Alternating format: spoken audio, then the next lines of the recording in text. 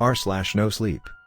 Posted by you/outside year window _ I moved to America's sleepiest town. I think I woke something up. Part 1. I didn't try to kill myself because I was sad. I tried to kill myself because I wasn't allowed to be sad. I tried explaining this to Mom on the drive to Twin Pines. I said it was like having birds trapped in your stomach. When I cry, she tells me not to cry. When I complain, she tells me not to complain. When I whine, she says stop whining. So, the birds just flap their wings and keep knocking into my organs and I feel really, really bad. I looked over at her. She was sorting through her audiobook CDs. They were in a leather case on the sun visor. She looked over when she noticed I was staring at her. "You say something, dear?" I felt the birds stir. I turned to look at the trees. These weren't Manhattan suburb, side of the highway shrubs. These were Northwest Jersey, scrape the sky kind of trees. When I looked at Twin Pines on a map, it was covered in green. There were barely any roads. One road in. One road out. A river running through the center. It was the middle of nowhere. A nothing town. But, that's what Mom wanted. No more things, no more problems. Mom finally picked a CD. It was one of her stupid God is Strength audiobooks. The narrators were always grandmas. After my incident, Mom started playing them more and more. Maybe she thought they would make me want to kill myself less. Quite the opposite. As the grandma talked about how faith was like a trust fall into God's arms, I thought back to the night. In my defense, my suicide attempt was heavy on the attempt. As soon as I had taken the pills, I'd regretted it. I felt really guilty. I didn't want Mom to find me, so I ran into her room and immediately puked on her carpet. She had given me the dirtiest look. "Don't you know how rentals work?" she'd said. That was the last thing I remembered. I woke up 2 days later in a hospital bed. My hair still smelling like puke. In a way, I'd thought Mom would be happy I didn't full-blown kill myself. But no. Instead, she thanked me by packing up everything we owned and moving us to the middle of nowhere. She found Twin Pines in a book she borrowed from the library. It was called America's Sleepiest Towns. Twin Pines was number 1 on the list, with 3 pages of colorful pictures to go along with it, not that it needed them. You could capture Twin Pines in a single picture. A main street with a dozen antique shops. A backdrop of 2 hills with abandoned ski trails running through them. An overgrown front lawn. That pretty much captured it. At least our old town had character. It didn't matter that it was squished between 3 highways. When Mom pulled into our new driveway, she reached over and grabbed my hand. "Welcome to our new life," she said, smiling. I looked ahead. There was another family in the driveway. Mom's smile quickly went away. What in the... They were throwing trash bags into the back of their station wagon. There was a mom, a dad, and a little boy hanging on the dad's leg. The parents were hippies with long hair that curled down to their butt cracks.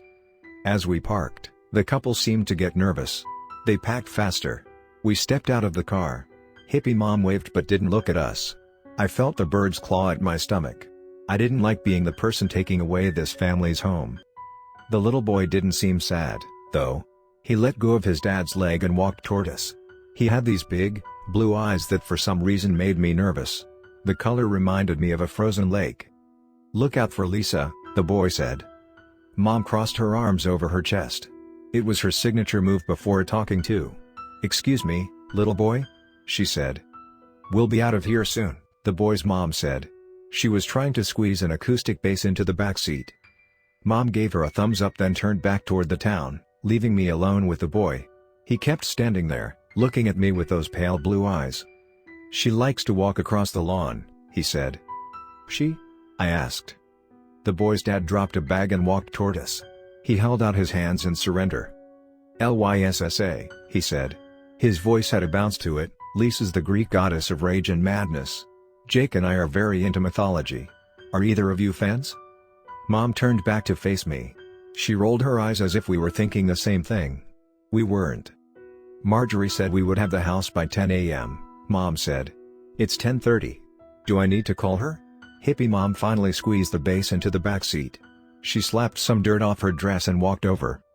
"Marjorie's right across the street, ma'am," she said, pointing behind us. "Why don't you go over and introduce yourself?" Mom looked at me with a dramatically dropped jaw. "Quite the guts for someone breaking the law," Mom said, turning back to the woman. Why don't you focus on packing your witchcraft and get out of our house? My cheeks burned. I wanted to shrink to the size of a mouse. I hated the way she talked to people, especially people who, in her words, were happy for no reason. Hippies, waiters, people handing out flyers, neighbors, cashiers. The nicer they were, the meaner she got. Please stop, I whispered. Mom reached down and squeezed my wrist. There's no problem here, Emma, just a solution, Mom said. They have a problem. We have a solution. We're on our way out, ma'am, the dad said. The couple went back to packing. Mom huffed in victory. But, the boy didn't move. He kept looking at us. I stared back, but he didn't break. He was dressed like it was his first communion. His hair was perfectly swooshed and his shirt was free of wrinkles, an impressive feat for a little kid. He reminded me of a doll. I don't know why I didn't look away. We were in a full-blown staring contest. I think I was trying to figure him out, the same way you stare at an abstract painting. He reached out and grabbed my hand. It was ice cold. If you see Elisa, tell her we moved to the city, he said. I don't want her to think we left without her. Mom, who was back at the car looking at a map, tossed it on the seat and walked over. She shooed the boy's hand away from mine. Go to your keepers, little devil, Mom said. I looked up at her and she winked at me. I could tell she was trying not to laugh.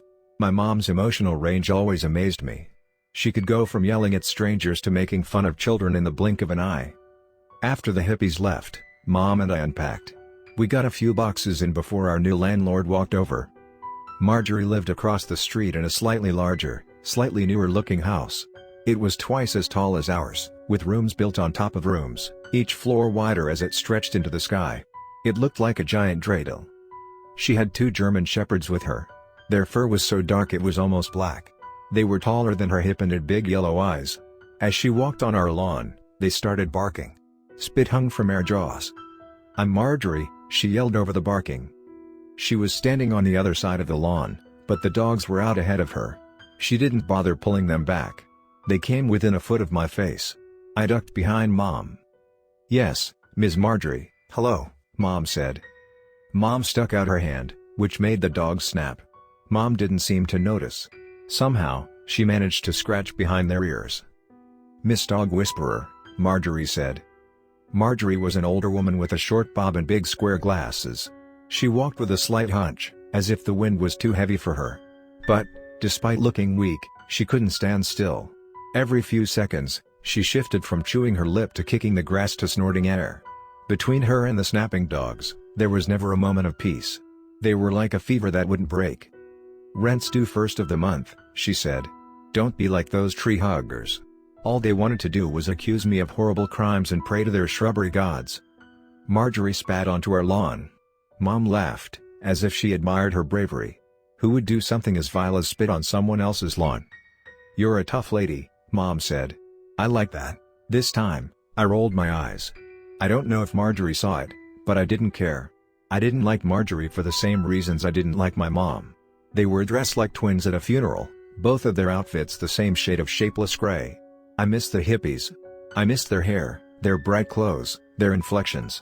I wanted to be like that, but I knew I was no better than Mom and Marjorie. My sweater was white and my pants were an off-white shade of the same white. I was at least wearing my fun shoes, green slippers with pink soles. Mom always said clothes were supposed to cover you up, not show you off. Somehow, she let the green slippers slide. Clothes were just one of the million ways Mom liked to keep me in line. We never ate dinner after 6 p.m. I was only allowed to read C.S. Lewis books. Mom liked how the lion was a metaphor for Jesus. And, I could only watch the church TV channel or Mom approved VHSs. On the night of my stupid mistake, we had just finished a dinner of angel hair pasta and butter.